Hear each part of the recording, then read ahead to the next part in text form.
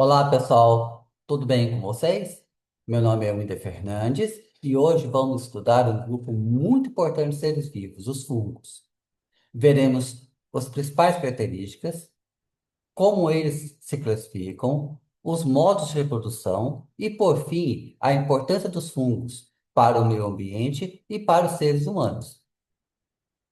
Vocês já deixaram um pão, uma fruta ou até mesmo um alimento esquecido na geladeira e viram aparecer aquele bolor esbranquiçado ou esverdeado? Pois é, aquilo é um fungo. Os fungos estão em toda parte, no ar, na terra, na água e até dentro do nosso corpo. Mas afinal, o que são fungos? Como eles se alimentam? Será que todos são ruins? Vamos descobrir isso junto nessa aula. Então vem comigo. Quem aqui já viu alguma coisa assim na sua casa? Você esquece um pão ou na geladeira ou no armário e de repente quando você vê ele está com essas manchas esverdeadas. Pois é, essas manchas esverdeadas são fungos. Este é o fungo Rhizopus, um fungo comum. Ele se alimenta do pão, absorvendo nutrientes. Este é o mesmo grupo que estudaremos, os zigomicetos. Os fungos são organismos eucarióticos, ou seja, possuem um núcleo em suas células. A parede celular dos fungos é composta de quitina, um componente que também está presente no exoesqueleto dos insetos. Eles são heterotrófitos, o que significa que não produzem seu próprio alimento, como as plantas fazem com a fotossíntese, mas obtêm nutrientes por absorção do ambiente. Há fungos unicelulares, como as leveduras, e fungos pluricelulares, como os cogumelos, que formam estruturas maiores e complexas. Aqui no slide, nós temos aqui as células da levedura, que é o organismo celular, onde tem aqui a parede celular feita de quitina, tem um núcleo e tem um vacúolo que armazena a água. Os fungos podem ser encontrados em quase todos os tipos de ambientes, desde florestas até desertos. Eles desempenham diferentes papéis no ecossistema. Alguns são saprófitas, ou seja, se alimentam de matéria orgânica em decomposição, como folhas mortas e madeiras, ajudando na reciclagem de nutrientes. Outros fungos são parasitas e causam doenças em plantas e animais. Além disso, alguns fungos vivem em simbiose com outros organismos, como as micorrizas, que ajudam as plantas a absorver melhor os nutrientes do solo. Viram como eles são variados? Agora vamos entender como classificar esses seres. Os fungos são classificados em diferentes grupos.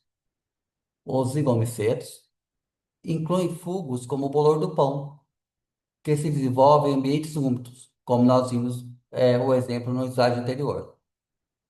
Os basiodimicetos são conhecidos por formar cogumelos, como os que encontramos nas florestas.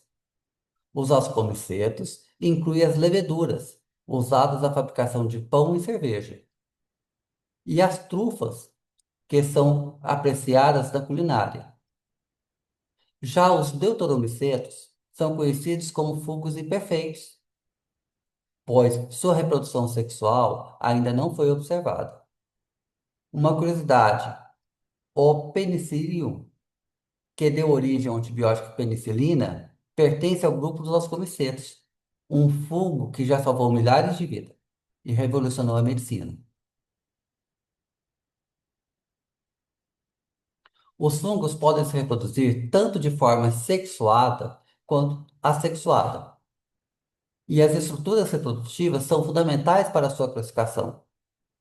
Eles produzem esporos, que são células reprodutivas capazes de espalhar e formar novos indivíduos.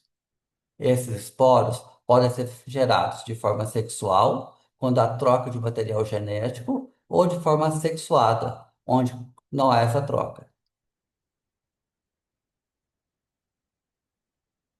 A reprodução assexuada dos fungos pode ocorrer de várias maneiras. Um exemplo comum é a fragmentação, onde um pedaço de micélio, o corpo do fungo, se solta e dá origem a um novo organismo. Outro método é o brotamento, visto em leveduras, onde uma pequena célula se desenvolve a partir do corpo principal. Os esporos assexuados são a forma mais comum de reprodução e podem ser espalhados pelo vento ou pela água, germinando em outros lugares. Esses poros são tão leves que podem viajar quilômetros, aumentando ainda mais a sua expansão, o seu disseminamento.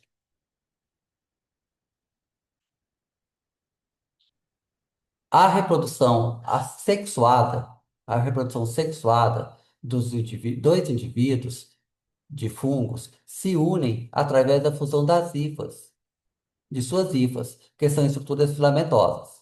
A partir dessa fusão, ocorre a troca de material genético e os esporos sexuais são formados. Estes esporos geralmente têm uma maior variabilidade genética, o que pode ser vantajoso em ambientes de mudança. Um ciclo interessante dos fungos é a alternância entre fases haploides e diploides, que contribui para a diversidade genética. Aqui no slide nós temos aqui o exemplo do ciclo da reprodução assexuada e o ciclo da reprodução sexuada, reforçando que os indivíduos que têm reprodução sexuada em ambientes que têm em mudança têm mais vantagem do que esse de reprodução assexuada, ok? Porque tem maior diversidade genética. Os fungos desempenham um papel essencial no ecossistema, como decompositores.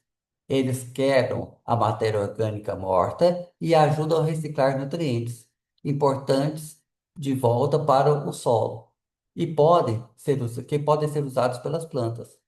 Além disso, os fungos, como as micorrizas, formam associações simbióticas com plantas, ajudando-as a absorver melhor a água e nutrientes como fósforo.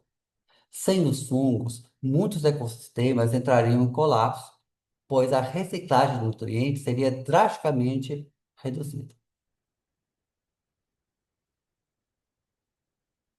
Os fungos têm muitas aplicações práticas para os humanos. Na alimentação, utilizamos cogumelos e leveduras para a fermentação de pão, cerveja, vinho, queijo e até biocombustível. Isso mostra como os fungos participam da economia e da biotecnologia. Sem os fungos, a matéria orgânica morta se acumularia. Eles são os recicladores da natureza. Além disso, formam micorrizas que ajudam as plantas a crescer. Se não fossem por eles, florestas inteiras teriam dificuldade de se regenerar.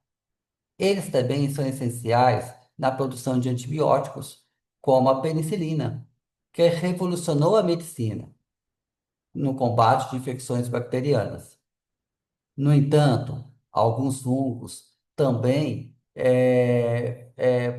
causam problemas, como as micoses em humanos e doenças em plantas, que podem ter grandes impactos na agricultura.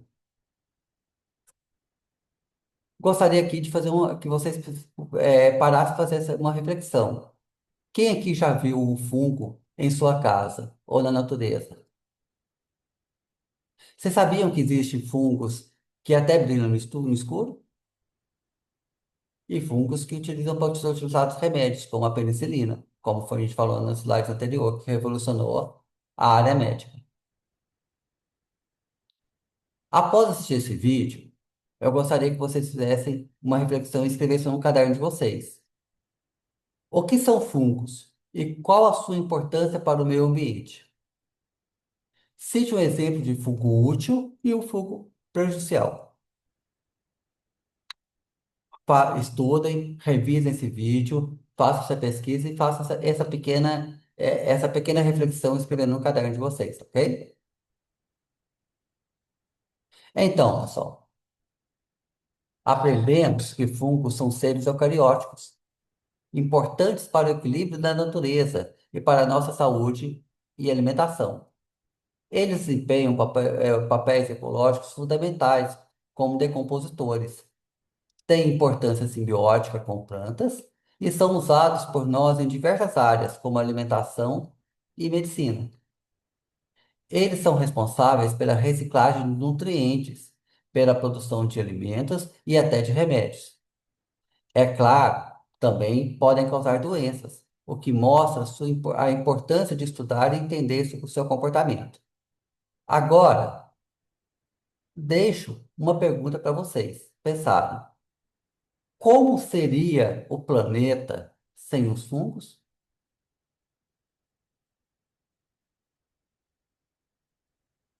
Pensem nisso e observem ao redor. No pão, nas árvores, no solo. Os fungos estão em todos os lugares. Os fungos são organismos essenciais para o equilíbrio da vida na Terra. Obrigado pela atenção, pessoal, e até nossa próxima aula.